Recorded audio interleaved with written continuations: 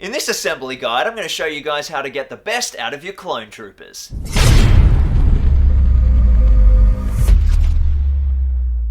Welcome to Zop Gaming, my name's Lachie Keen, and in this video I'm going to step you through the assembly of the clone troopers from the new Star Wars Legion core set. Now we're hoping that the core set will be arriving any week now, sometime in September, hopefully before October. We'll see how we go. Fantasy Flight Games were kind enough to send me over a big box so that I could get all these assembly guides and painting tutorials out for you guys so that when the box arrives for you at home, you are ready to go. Now today we're going to be diving into assembling the clone troopers. Now these troopers, you get two of these kind of basic trooper sets. They're really the backbone of any clone army, and you get two of them. They're identical, and they're sort of the last edition of that softer plastic that we've seen in the kind of first range of the Star Wars Legion miniatures, and they're really designed to just go together one way. There's not a lot of intended variation. So what we're going to do today is have a look at how to assemble them as intended, do kind of the classic on the box sort of posing for one squad, and then I'm going to show you how to get a little bit creative with some very simple techniques so that we can add a little bit of extra spice, a little bit of extra variety to your clone troopers on the battlefield and get them really standing out so that none of your clones look identical. It's something that I really like to do with all of my armies. I'm really theme heavy. I'm really all about putting as much character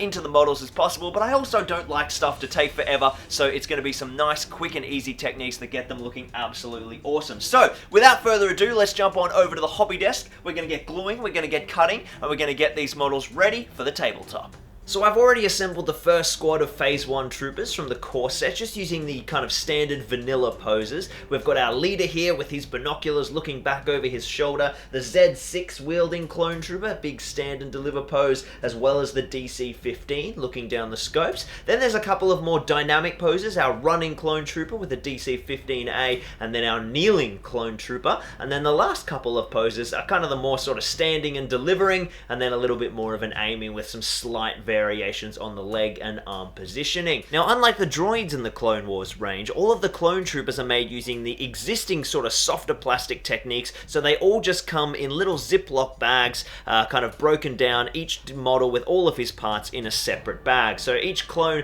comes with his torso and his legs, and then they've got his head and his various arm configurations. A couple of the different clone trooper positions have legs that also need to be attached, but on the most part, these models are very kind of meant to stand in one way. They go together in a fixed pose, and they're not designed for a lot of variability. So the first thing I'm going to do is grab all of these components out of their bags and match them up in a little pile with the corresponding trooper that I've already made. Now once I've got that all mapped out, we can see each clone there's got a head, a torso, and some arms, is I'm going to start playing with some new poses. Now the easiest way to move forward is to just kind of get inspired by a little pose that you want to create, and for me what I wanted to do was bring a little bit more character into our special weapons. So the first clone that I grabbed was our DC-15 wielding clone, and I just wanted him to be a little bit more dynamic than just the kind of staring down the barrel and firing. So I've decided to make him the kind of, running and sprinting clone. He's diving into the lines and firing off a few huge shots from the DC-15. So I'm going to swap his arms with the clone trooper in the sprinting position. And as you can see, they fit relatively well, so that's a good match. Now the next one that I'm going to have a tinker with is our big Z6 wielding heavy. Now this is a really cool weapon, and it kind of brings a lot of character to the model, but just sort of standing there and holding it and blasting away with the chain gun. I don't want all my Z6 heavies to look the same, so what I'm going to do is give that weapon to the kneeling clone trooper, and that's going to allow me to kind of do some really cool basing that is kind of crouching behind a barricade or some Geonosian rock, as if this clone trooper has just dropped the Z6 onto that rock formation and is using that as a stable platform to really lay down some suppressive covering fire for the rest of his clone troopers so that they can duck into some cover and get the job done. So I think that's going to be a really cool pose. And now that leaves us with kind of one more unique pose, which is of course our leader. Now there's not a lot we can do with the leader sculpt. Obviously, he's going to be the one who's pointing. We could do some more kind of complex conversions down the line, but I'm going to keep it pretty simple for him. I'm just going to have him looking forward instead of looking back, and in my first pose I had his DC-15A kind of dropping down a little bit, so I'm going to have it as if he's just fired a shot and just tweak that by rotating the arm position. And if you have a look at those models side by side, they do have a really different character to them, and it just allows them to stand out and have a bit of a unique vibe. Now as for the rest of the clone troopers, I'm just going to take all of the existing clones who haven't had any weapon swaps and just move the kind of blaster rifles around. And you can kind of pair different ones up with different legs, and some of them look a bit odd, but most of them you can pretty much swap universally, and they have a slightly different feel because their legs and arms aren't exactly the same as their brothers in squad number 1, and it just gives you a little bit of character into the squads.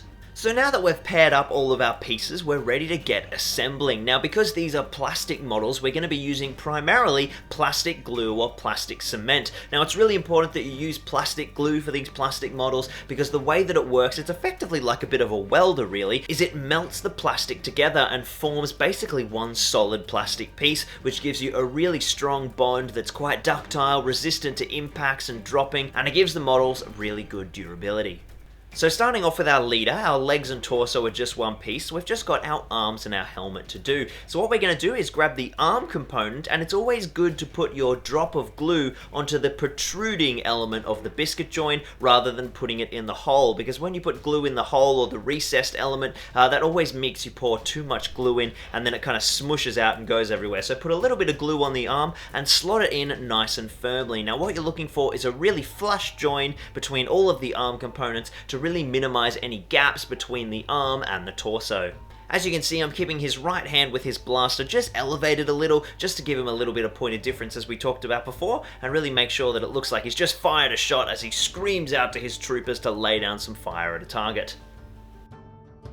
So up next we've got our Z6 trooper. Now this guy's a little bit more complicated, but it doesn't really get much more complicated than this. All of the clones from now on have two arms that connect to the same weapon. There's no more one-handed wielding, and the heavy is no exception. So what we want to do is throw a bit of glue on both his shoulder joint, as well as the wrist that's already mounted to the rifle, or the Z6 in this case. Then we want to grab the left arm and put a bit of glue on that shoulder, and then connect that in. And what you want to do is not seat both arms in until you've got both of them there, and then press them in and slot the other arm in at the same time to join at that wrist point, and that way you get those 3 points of contact. Make sure you've got that at the right angle as well. It's always handy to bring it up to eye level and make sure you haven't accidentally got the rifle pointing at the ground or pointing too far up in the sky. And once those 3 points of contact are there, you get them glued nice and firmly, and literally within 10 or 15 seconds you'll feel the cement start to grab and come tacky, and they will usually hold pretty well. Now with the Z6 trooper, he's also got a leg that needs to get joined on,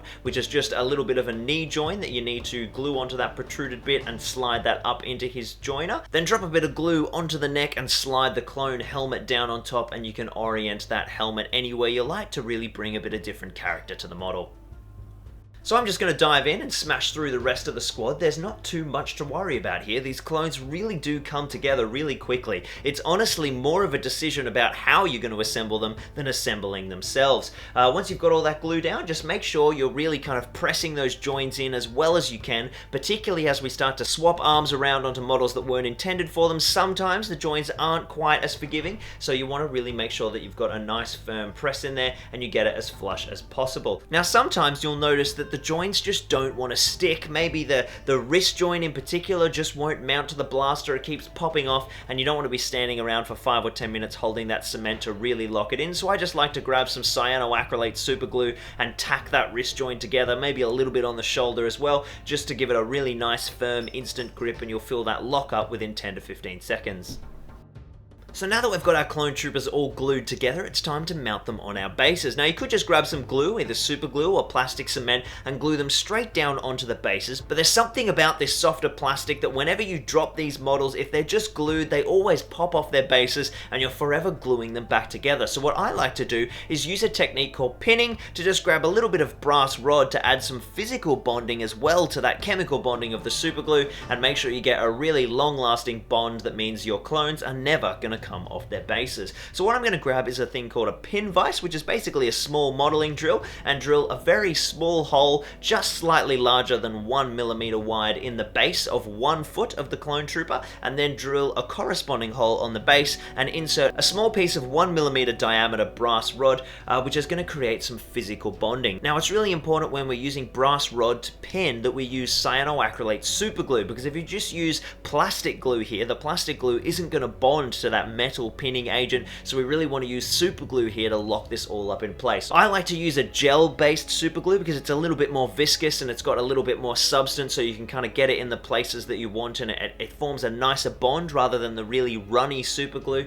Otherwise it kind of just goes everywhere and it's harder to control. So I put a little bit of glue in the hole in the clone trooper's foot, slide my brass rod pinning element in, and then put some more glue on the rod itself and the base of the feet. And I like to use plastic glue on the other foot that doesn't have the pinning agent, and then insert that down into the hole we've drilled on the base and lock it all in place. Now of course this will dry really fast because of the super glue, which is great, and then over time the plastic glue will bond the other foot and we'll have a nice strong bond that's both ductile and really firm, which gives us a great bonding method that means our clones aren't going to come flying off their bases.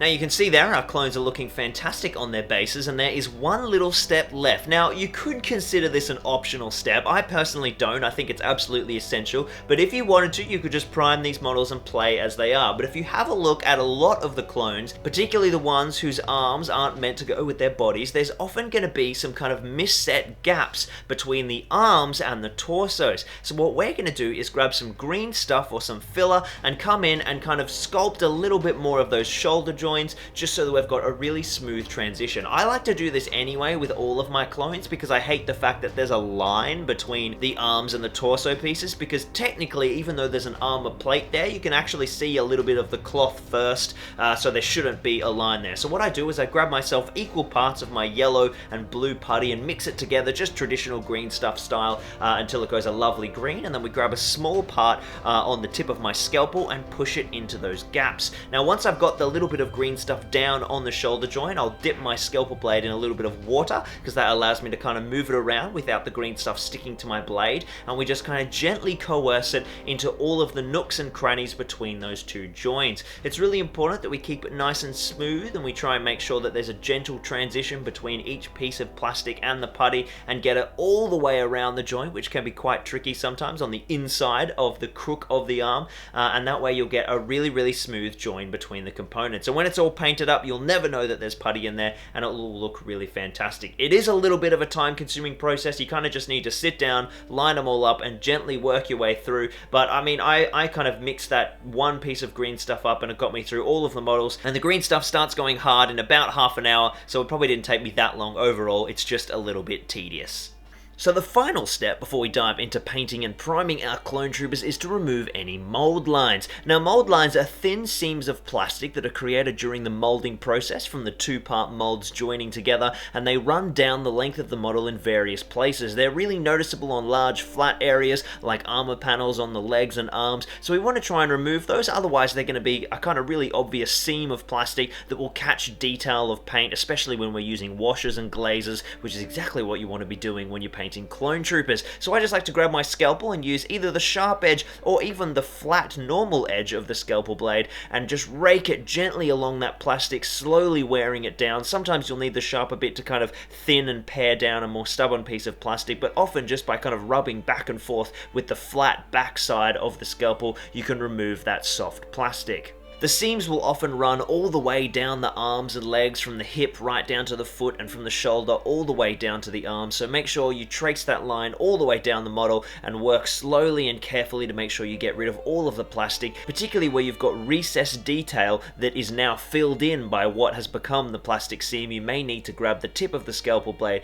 and just chisel that out to restore the original kind of gap between armor plating or the drop down onto a fabric layer underneath the clone armor. So there you go guys, with not too much work you can get a lot of variety out of your clone trooper core sets. Now you could mix up these poses even more, you could put the heavy weapons in different spots, you could even do some more hardcore stuff with your leader, give him a little bit more character as well. There's definitely more options out there, and just by mixing all of the components you can definitely get some really nice variety. And then beyond that you could even start to go really crazy and convert really hard, making cuts in the models and converting legs and kind of getting some really crazy custom poses choices out there. If that's something you guys would like me to cover in a future video, definitely let me know down in the comments below, and maybe we could do like a hardcore conversion workshop on the clone troopers. But once these guys have had a nice coat of paint, you'll see they look absolutely fantastic. If you're curious as to how I painted these models, I've already done a painting tutorial for them. You can have a look at that down in the description below. I think my favorite one is definitely my new Heavy, my Z6 wielding clone. You can see I've built up a really nice mound of kind of Geonosian rock there using my Mars Earth basing ready product. I essentially kind of built up a little bit of a layer of rocks and stones, and then some kind of generic multi-purpose filler, and then gave that a really nice coat in just the generic Mars Earth basing mix, and it just looks absolutely awesome. So he's definitely my favorite, and I'm absolutely stoked with how these have come out. Well, there you have it, guys, a nice and short video just to show you guys how you can get some really fantastic posing, really dynamic board presence out of your clone troopers. I think you'll agree that the models are absolutely fantastic. They're definitely a step up from the latest kind of edition of that, you know, that early kind of soft plastic look from the original core set was pretty bad, but these models are just absolutely gorgeous. You can see that it's definitely kind of the apex of the maximum detail you can get out of the softer plastic. I'm really excited to dive into the droids, which are, you know, on a sprue, original hard plastic, you know, really starting to approach that Games Workshop level of detail at an amazing price point. So super exciting stuff. Thank you so much for Fantasy Flight Games for sending me over a core set so that I could get these videos done for you guys. It's really awesome to have their support. They're just a fantastic company in general, and it's really exciting to be working in partnership with them. And I am really stoked with how these clones turned out. If you guys are happy with, you know, the kind of posing and the level of excitement that you can now put into your clone troopers, let me know down in the comments below. If you've got any other questions, fire away. Make sure you like the video if you enjoyed it, and make sure you check out our Star Wars The Legion Clone Trooper painting tutorial. I'll link that down in the description below. That's obviously the next step to go to after we've assembled all of these bad boys, and they look absolutely awesome too. I cannot wait to get a whole army of these and start diving into some narrative battle reports, so stay tuned for all of that as well. Make sure you subscribe and check out the rest of the channel. We got lots of painting guides and terrain tutorials, a lot of Middle Earth as well, which is our route, so make sure you check out all of that. And thank you so much for joining us. We'll see you next time here on Zorba Gaming. Cheers, guys.